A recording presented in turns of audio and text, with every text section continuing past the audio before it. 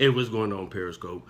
I'm just do this quick scope. Not even gonna take too much of your time. Just want to talk about a few things, some things that's actually affecting Chicago, some things that's been going around or that's been happening lately that's been in the media.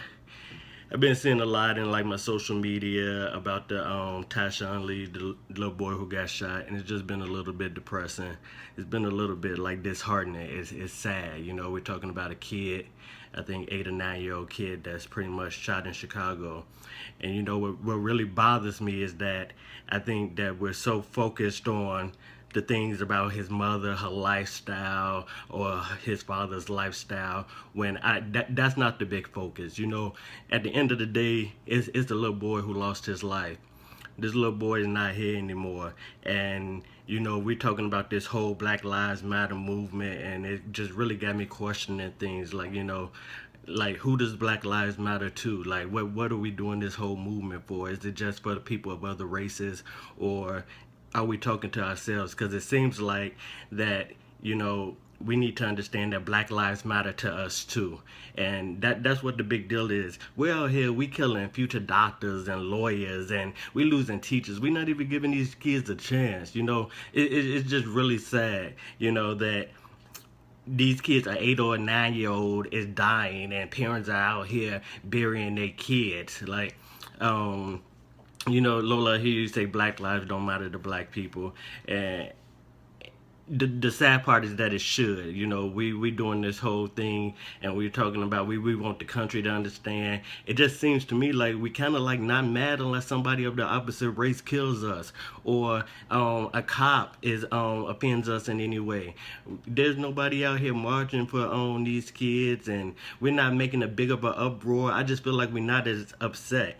And I'm not saying that, you know, the police things and all the other stuff going on is not an issue.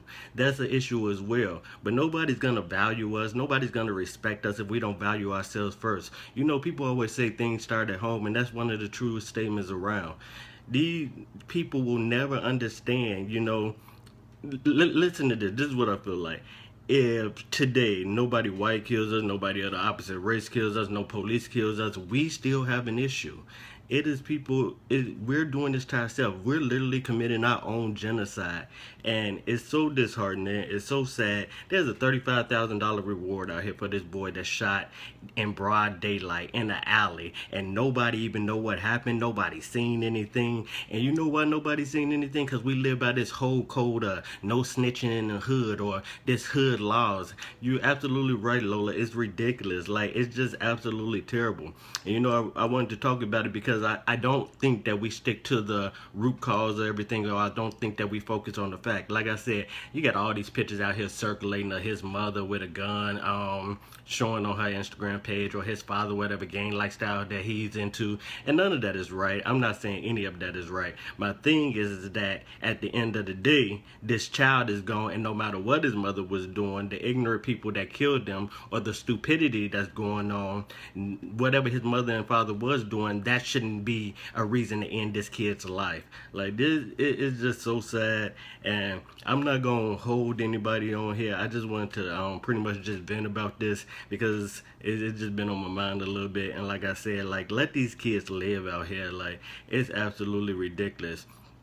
Is that whole hood mentality. We did a whole show on that. Like, you know, it's not everybody else can't do anything to us, but as long as we're doing it, it's us, then it's no big deal. But we got to get just as mad when it's somebody like us. Let me tell you something. We went to we got people in our family, like, you know, people, you friends with these people, and you got to get out there and you got to talk to these people. Like, we talking about you know, Pookie, and you know, Ray Ray and them. You know what lifestyle they out here living, and then you friends with these people, and then they out here killing people, and then nobody says anything. You're absolutely right, Veronica. We out here, we killing our own future, and it seems like that we just not upset about it. Like, it's absolutely ridiculous. Like, so I just think, like, if you know people, you got people in your lives, you know what lifestyle they living. Like, sit down, try to talk to these people, because they need to stop doing what they're doing. Like, literally, like, you're ruining their families. You're not only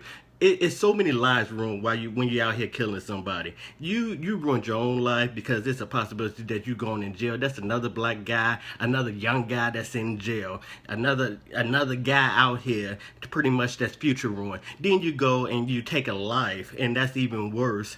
And then that person's gone, and then everybody that's affected by the person that's just been killed. Like it's like so trifolded. Everybody loses on every end. Like you gotta understand this. Like if you out here, you living this thug life or whatever y'all call it, or this hood lifestyle, you need to understand that, like, it's repercussions to that lifestyle. You can do so much more. Like put your energy into something else. Like how do you go to sleep at the end of the day knowing you didn't kill somebody? This is a little boy, like 8 years old. I have a nephew that age, stepson that age. I can't even begin to fathom, like, them out here just playing, basketball, or out here just having fun, what kids should be able to do, and they lose their life. Like it's just absolutely ridiculous. And like I said, like I'm praying for that family. I don't care what the mother was doing. I don't care what lifestyle the father was living. Like I said, I don't think it's right, and I don't think that they should be doing any of that stuff. But at the end of the day, like it's a parent out there that lost their kid, and that's what the focus need to be on. So y'all send up some prayers for those people. Make sure you're praying for them. And like I said, if you out here and you know these people, and you cause we always free Ray free. Leave Ray Ray in jail, cause he wasn't doing nothing out here. He out here killing people, and y'all want him back on the streets. No, that ain't how it work.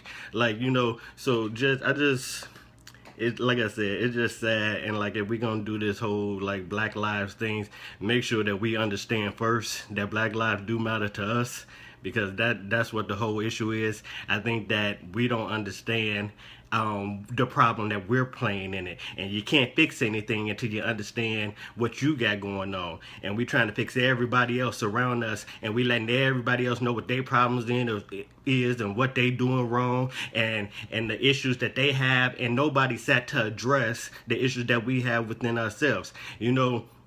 What's really crazy is that we get so mad. We get mad at other black people when they bring light on these type of issues, and you automatically become watered down black, or you're not black enough, or you a sellout and all that other stuff. Now somebody need to hear the truth. Like we out here playing as big of an issue as everybody else. Like I said, like we killing off our own people. Like how the hell we gonna be mad at somebody else for doing it when we doing it in our own communities? Like we just got to get as much as upset. We got to be just as mad with our own selves. Like I said, if you got those people in your circle, get those people out your circle, like, or at least try to talk to them and talk some sense into these people, because it's absolutely 100% ridiculous, and it's extremely sad. Like I said, like it's the little boy who's out here, and his life is gone, and there is no good reason for that. Nobody can explain to me why this boy is 8 or 9 years old and his life is gone. Like, and for what? Like,